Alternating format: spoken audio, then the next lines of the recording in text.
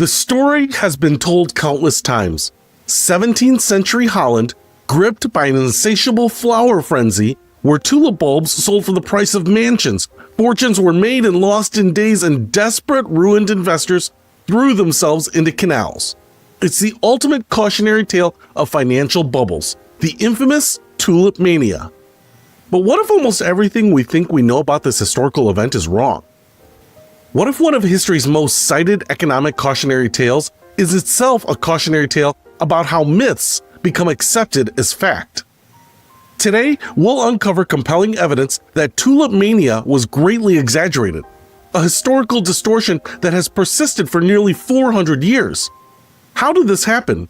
And why does it matter that we get this story right? Join me as we separate fact from fiction in the fascinating case of the tulip bubble that might not have been a bubble at all. The traditional narrative. According to the traditional story, Tulip Mania was irrational. Everyone in the Netherlands became involved in tulip speculation, from chimney sweeps to aristocrats. The same tulip bulb was traded sometimes 10 times a day, driven purely by greed, with prices reaching astronomical heights, the prices of houses. When the market crashed in February 1637, fortunes were lost. Desperate bankrupts threw themselves into canals, and the economy of Holland was ruined.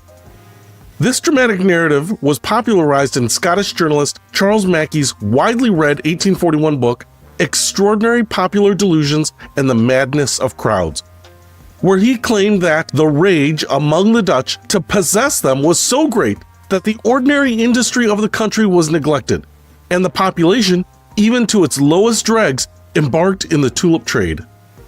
It's a compelling story that seems to encapsulate human folly, greed, and the dangers of speculative markets. No wonder it's become a go-to historical analogy for everything from the dot-com bubble to cryptocurrency. The evidence against.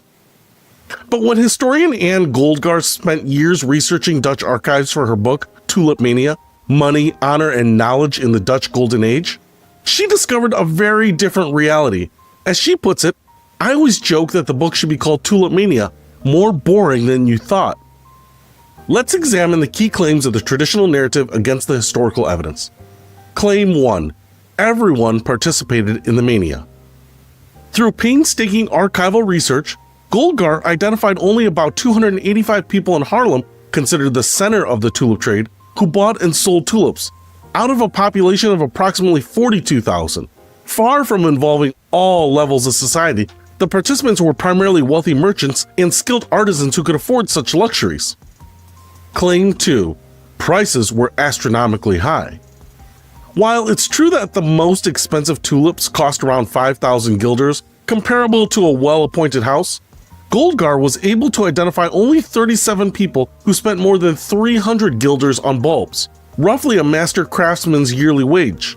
Most tulips were far cheaper, and the top buyers were generally wealthy merchants who could afford such expenditures. Claim 3.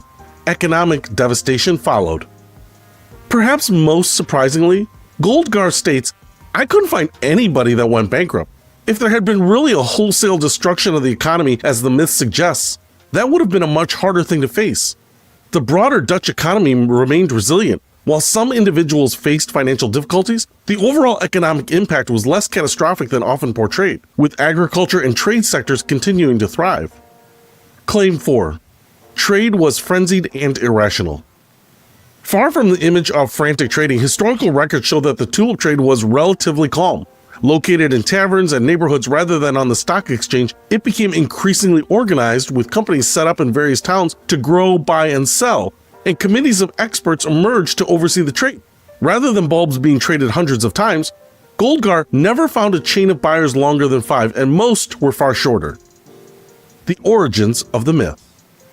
So how did this exaggerated story take hold? The outlandish tales come from propaganda pamphlets published by Dutch Calvinists worried that the tulip-propelled consumerism boom would lead to societal decay.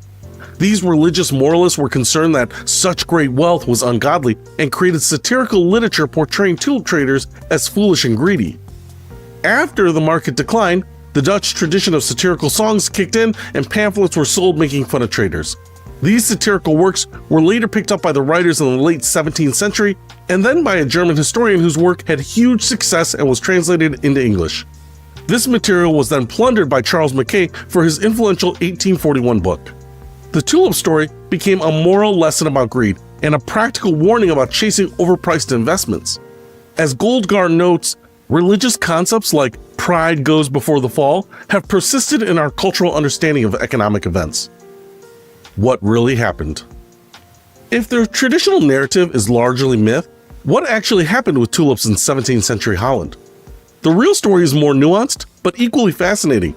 Tulips were introduced to Europe from the Ottoman Empire in the 16th century.